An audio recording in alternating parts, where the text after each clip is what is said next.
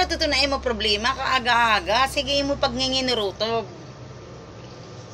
Ay, nasisina ka kay diri kanira gin-follow back. Sala mo iton. Kay sige ani mo follow. Pag diri ka gin-follow back, mangingisog ka. Ano mo din yung trabaho sa balay do adlaw? Sige mo follow, sige mo follow back. Tapos yan na mangingisog ka nga wala kanira i-follow back. Sala mo itong kabisan diri nimo mga kilala imo gin-follow. Tapos yan na magdinginirutob ka. Mangingisog ka sa akon. Kay na-restricted ka sa 24 oras. Sala mo itong kung na-restricted ka. Kay diri ka namamati sa mga rules and regulations sa Facebook. Diri ka, nalabag ka. Diri mo gin pipinsar na may da mga rules and regulations sa Meta.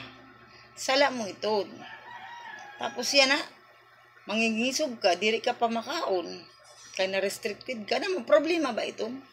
Diri mo dun sira mapipirit kung diri ka nira i-follow back.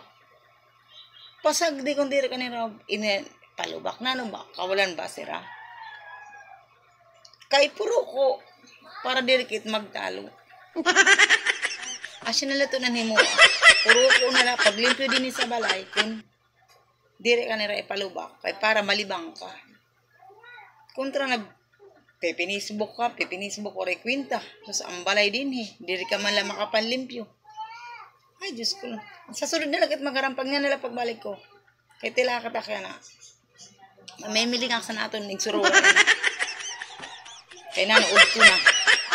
Kamu nila din bahala paglimpyo kang din. Ayaw na pag pinalo na hindi mo palo-palo. Para diri ka na ma-restricted sa sunod. Puro kapag pinasaway din sa balay.